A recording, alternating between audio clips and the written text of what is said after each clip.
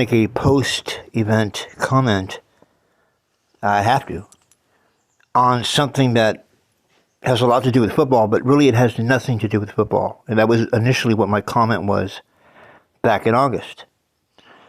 Now, this is in regards to, and I know the record isn't going so great now, just like Kansas City's, but was regarding Eric Bieniemy. Oh, I know. But wait a second. I came out and did something bold. I didn't march in the streets, which I never do. I came out and I said, you know what? I don't think this has to do with race. See, Eric Bieniemy's been passed up as head coach when he's pretty much obviously been an important part of the Kansas City offense, because now that he's gone, Mahomes apparently isn't any good. But also, I have somewhat of a connection to Eric Bieniemy. Many of my friends do. Now, it's a distant connection, and it's actually because he be the enemy. See, when I played high school football, there was a team in Los Angeles that was not a public school, but it was a lot like our school, where it didn't have a lot of students. It was, I don't know if it was all boys, maybe it was co-ed, Catholic, but they also had players that were playing to be the best in the country. And so people were always talking back then. This is in the 80s. When is Bishop Amat in Crespi going to play? Hey, you heard about Bishop Amat? They have a running back there called Eric Bieniemy. He's better than Russell. So there was all this chatter about a team that actually sounded like they should be in our division. And they weren't. Eventually, they were. And my brother ended up playing them. In fact, as bizarre as this sounds, Corey Minor and Dalen McCutcheon, there are two players that played for this school in La Puente called Bishop Amat. They were picked as the best offensive and best defensive players in the country out of every school, out of every state. When I went back and researched, I could not find another time where not only were the offensive and defensive players the best from the same team or from the same state, but they rarely pick more than two or three from the same state. So this was the first time two players were on the same team. Now that year, my brother kicked ass in quarterback. Check this out. When the specific division in high school gave out awards and MVPs, Dalen McCutcheon, who, God, I feel bad for him, he went to USC, then went on to play pro. Corey Minor immediately went to Notre Dame, drafted at Notre Dame, and played pro.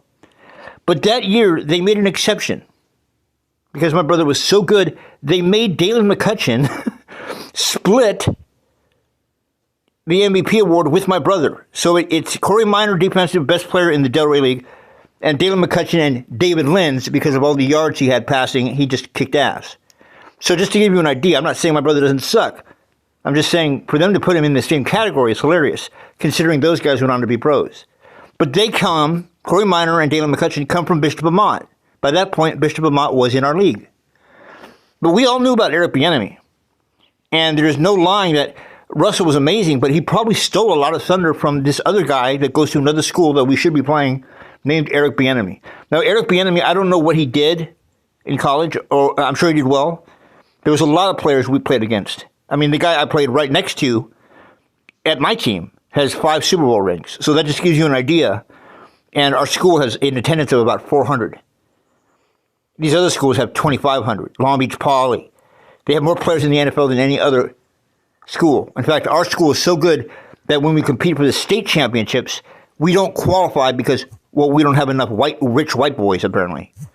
But it's the program they run there. You know, I have to make a post-event comment on the phone. But anyways, my point being, it's the program that they have at Bishop Amat was just like the one they had at Crespi. Not a lot of students, but they refined them. So as I watched Eric Bieniemy climbing up and becoming offensive coordinator of Kansas City, and then I remember one year, about 4 years ago, he got passed up for a coaching job at New England. Okay, now he's offensive coordinator at Kansas City with Mahomes. Or they say, no, he's an assistant, whatever. The guy who beat him out was a white guy, and he was the coach on some losing team, but he was the coach of the special teams. And here we have the offensive coordinator who has been very successful, Eric Bieniemy. Now, I'm kind of getting offended by this because I'm like, this is some Southern California shit. No, it was some Generation X shit. I'm telling you, it was some Generation X shit. Now, hold on. So I'm always watching Eric Bieniemy. I can't wait till he makes it because this one, I don't think is color. I think it's location of where he's from. And I think it's because he's a Gen Xer. He graduated 1 year before I did. I really do believe that because I see it left and right. It's like they know. Well, that blew over. And he finally left Kansas City, unfortunately. Kansas City sucks. Well, they're good, but, they're not going to make it again. And now Washington isn't great, but they won their first 3 games, and clearly Bieniemy has been somewhat of an assistance to that. Now, when Eric Bieniemy went to Washington, it's a long time since high school. Some players came out and said, we don't like playing for Eric Bieniemy. We don't like him as a coach. Or, they didn't say that, but they just said, he's too intense. He's too intense. He's too rough on us. Now, people were kind of laughing about this in the summer, but over in the Washington, Commanders League, where they've never gone to the Super Bowl since the 80s, there was a lot of talk about this. Now, what's so funny is Ron Rivera had to come out and make a statement. Is it true that some of your players are complaining about your new addition, Eric Bieniemy? And he came out with a statement, which I think is a very interesting statement. And it backs me up. But not only that, when he came out with that statement, then the Commanders fans and NFL fans go after Ron Rivera, saying it was a punk bitch statement, it was a wrong thing to say, and it was not proper. Now, what did he say back in August? Okay, I have it right here. Ron Rivera finally came out and said, is it true, that some of your players are having problems with Eric Bieniemy and his intensity? Yeah, they have, Rivera said, and he addressed whether or not players had struggled with the intensity.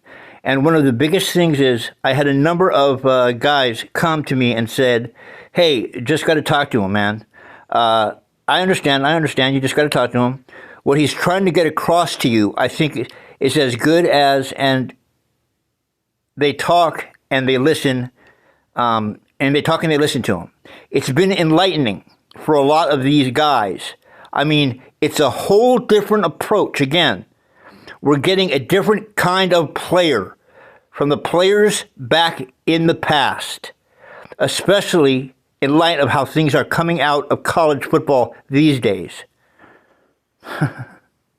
For a lot of these young guys, they do struggle with the certain things and a lot of it from where they've been.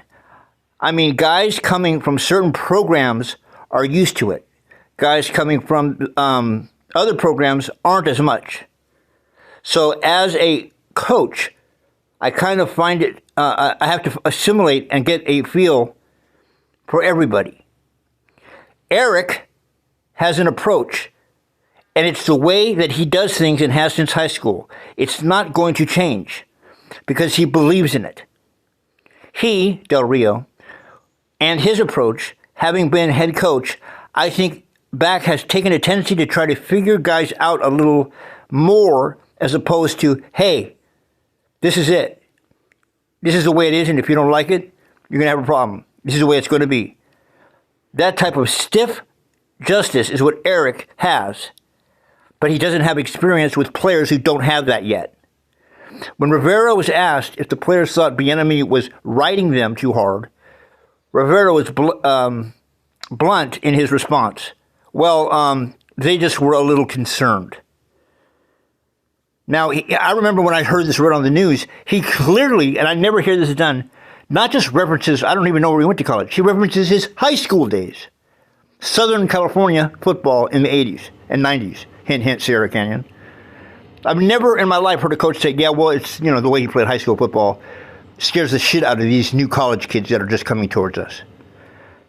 But then, I didn't even see this part. Then, of course, some older baby boomer type dudes, they think that what he said was wrong, even though this was a big deal over the summer. They said, oh, yeah, he shouldn't have come out and said that. What's he saying? They never say, quote, unquote, are you making fun of the kids? They never say anything like Eric Bieniemy's a stud. They dance around it, but they make a really big deal out of his comments because he does reference coming out of it from his past. They're not talking about him being black because other black coaches have been hired. And he worked at Kansas City with the Super Bowl team. You're going to hire that guy, right? Why hire anybody else? And he's been punked year after year. So why are you mad at what the coach said about Eric Bieniemy? And sure enough, listen to some of these comments. misconstrued as being first. Now, when I say first, you were coached by Eric Bieniemy with the Kansas City Chiefs. You won a Super Bowl there. You contributed to that team en route to winning your first ring, but you have some honest comments about Eric Bieniemy. Always honest. Always honest, as he transitioned to Washington. Well, now in Washington, in shocking fashion, the players are already complaining to the head coach that new offensive coordinator Eric Bieniemy is being a little bit too harsh. I need you to weigh in, someone with firsthand experience. So when I heard Coach Rivera talk about it, the first thing I said was, I told y'all, the type of attitude that he uses to approach the game with is so outdated, right? You don't find coaches swearing the players out or cussing them out over the small details. And the first thing when I got to the Chiefs, I learned fast, like, whoa, that's his approach. He's cussing these dudes out. That's not coaching. That's yelling. And the funny thing is, these players are complaining. It's only been like 2 weeks. It's been like 2 weeks. That is a commentary, really, about parents in America. It's outdated. What does outdated mean? When you guys were kids, everyone treated you like shit, and these kids want to be pampered. That's exactly what he's saying. You know it. So you want to get more of it and more of it. And I'm sure when Rivera made them comments, like, these are not freaking rookies complaining. The rookie ain't gonna come to the head coach and talk about the coordinator. No, it's like the third string. These are starters, I'm sure. These are starters that's talking about, hey man, hey look, coach, hey, I get it. He's coaching me hard, but I can't. My tolerance with him is running short, and he wears on you. He is yelling and complaining about every little small detail. It's like, how can I get better as a player? See, the problem I think with Eric Bieniemy as a coach, and I'm speaking only on experiences, is that he really can't relate to the players. And it sounds funny because he was an ex-player. You would think he would know. That's what makes Andy Reid such a great coach, because he could adjust and adapt to every era of football. We haven't even seen him have a bad game or loss. You complain after 2 weeks of camp. Imagine when you have a loss to the Eagles by 21 points, right? You're going to hear a lot of more complaining. So I hope he can understand that, going forward. Coaching is not just X's and O's. That's right. You can talk to any high-level coach. They'll tell you most of their job is almost being a therapist. People management. It's people management. It's communication. And if you spend a lot of time around a lot of different people and a lot of big personalities, some of those personalities who make a lot more money than you and have a bigger profile than you, they might not take it so kindly that you're calling them outside their name. Old school isn't still in the NFL. Right. Ask Bill Belichick. Yeah, I would say that it's the second coach in a week, Sean Payton was the first, that said something they didn't mean to say. And now we're seeing Ron Rivera, who's a player's coach, Yeah. walk it back and say, I didn't really mean to say that. I put my foot in my mouth. Now, I'm not a fan of yelling either. And Eric Bieniemy has been a bridesmaid for a long time. He's been rumored to be a head coach for the last decade, it feels like. Why isn't EB getting the opportunity? He's overqualified. The bottom line is this will not be tolerated. Now, there is a potential silver lining here, and that's, could there be a sense of empowerment, of trust that's created from this happening now before you start losing a couple games, which they will, winning a couple games, so that once you get to the regular season, both sides will be more simpatico, and Bieniemy can have the trust. So of the players. millennials, I would ask you that. you can't handle our. I know you're sensitive, but maybe we're yelling at you for a reason. Rivera could Holding under questioning, although he was given a softball question 2 days ago. Remember, we played it yesterday, Chris, and we thought this was either planted or expected. He said exactly what he wanted to say. I'm talking about Ron Rivera with his take on the internal criticism of offensive coordinator Eric Bieniemy. Yesterday, Rivera walked back that comment about Eric Bieniemy's coaching style. The question is, does this episode actually help or hinder Eric Bieniemy's effort to become a head coach, even with the apology and the attempt to put the toothpaste back in the tube by Ron Rivera? It's like what it does now is, to me, totally puts a spotlight on the performance of the offense. And now it gives everybody, a way to go according to how that goes. Oh, it's great. The offense is kicking butt. Well, that's because he worked hard and he was hard on these guys and he changed the culture there. And that'll be the positive. But if it's not so great, it's going to be the opposite. And that's what Ron Rivera has done. He's kind of opened that conversation to go either way. We get through 3 or 4 weeks, and it's, well, he rules with an iron fist. It might have been too tough on these guys. These guys aren't buying in on the message, because he's been so hard and cutthroat that way. That's what I didn't love about it. It opened up Pandora's box. Yeah, now she's out, she's there, and it's given everybody some crap to talk about. Effort to clean them up and say that basically, and this is just an opinion, he's sealed his fate. I can't imagine a worse move by a head coach with a new owner during training camp, was the observation that was made. Just wasn't necessary. I don't know what the point was. And like you said, you said it right yesterday. You should have just been like, you know what?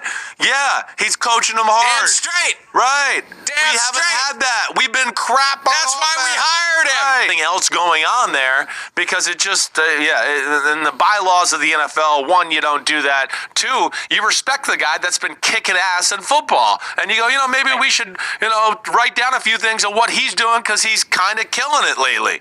And that's where it's all a little mind-blowing. You want to hear my conspiracy theory? This may not be a pizza party. You want to hear it? A letter winner from Bishop Amat High School in La Puente, Caliph.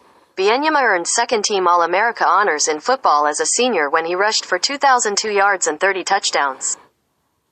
Washington, as we wrap up the show, speaking of what we just spoke about with Rich Rodriguez, him just being a pretty intense human being and, trying to really exhaust all words to make sure you are the most motivated you could possibly be. Right.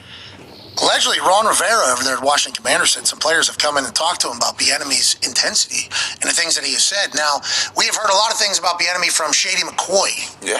He's really the only person that we've heard speak about Eric Bieniemy. I will say, during quarterback, didn't see a lot of Patrick and Coach Bieniemy in quarterback figuring things out. A lot of the former Chicago coach Nagy motivating, telling him those things in his ear. A lot of Andy Reid coming over and talking. I think Bieniemy was in there like once or twice, maybe. And the old conversation was Andy Reid's the one calling those plays. That's why Eric Bieniemy is not getting the job. Now, there's some other things that certainly came up in conversation, but the reason why Eric Bieniemy, who's been the offense coordinator for the Chiefs for so long, hasn't been able to get a head coaching job is because the entire NFL knows Andy Reid is the reason why that drink is as tasty as it is. Yeah. So when Eric Bieniemy has to go to the Commanders to kind of prove himself, seemingly, that's what it feels like. We weren't necessarily thrilled for Bieniemy. We thought it was kind of bullshit that he has to go to another place, leave a winning organization, go to another place and prove himself that he can be a head coach. And then Shady says what he says about him. We all started wondering, how's this going to go? The internet's saying Ron Rivera's already throwing Eric Bieniemy kind of under a bus. And the players aren't necessarily in love with the way Bieniemy's doing things. If they have success, obviously all this subsides. But what are your thoughts on early conversation and controversy about new coaches and buildings, more specifically Eric Bieniemy with the Washington Commanders? Well, there was a tweet from Warren Sharp, I believe, kind of explaining what exactly happened and like how it's kind of it's unique situation. I guess you bring this new OC, everyone knows Bieniemy, and the head coach, he didn't completely support Bieniemy. He said, "Why don't you go talk to him?" Not like, "Hey, I'll talk to it, I'll figure it out together."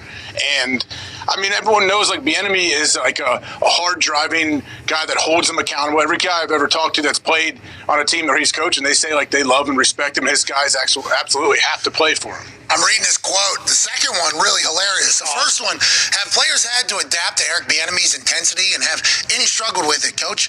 Yeah, they have. And one of the biggest things is I had a number of guys come to me and I said, hey, just go talk to him. I said, I understand what he's trying to get across to you. I think as they go and they talk and they listen to him, it's been enlightening for a lot of these guys. I mean, it's a whole different approach. Again, you're getting a kind of player from the players back in the past, especially in light of how things are coming out of college football. So a lot of these young guys, they do struggle with certain things, and a lot of it is from where they've been. I mean, guys coming from certain programs are used to it.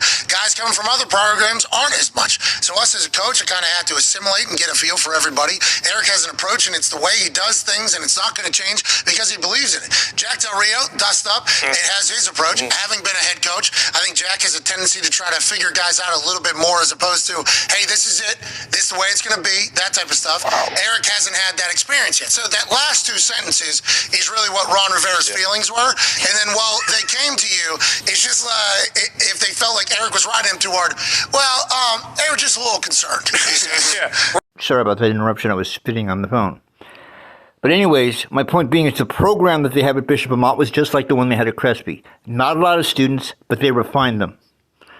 So as I watched Eric Bieniemy climbing up and becoming offensive coordinator of Kansas City, And then I remember one year, about 4 years ago, he got passed up for a coach.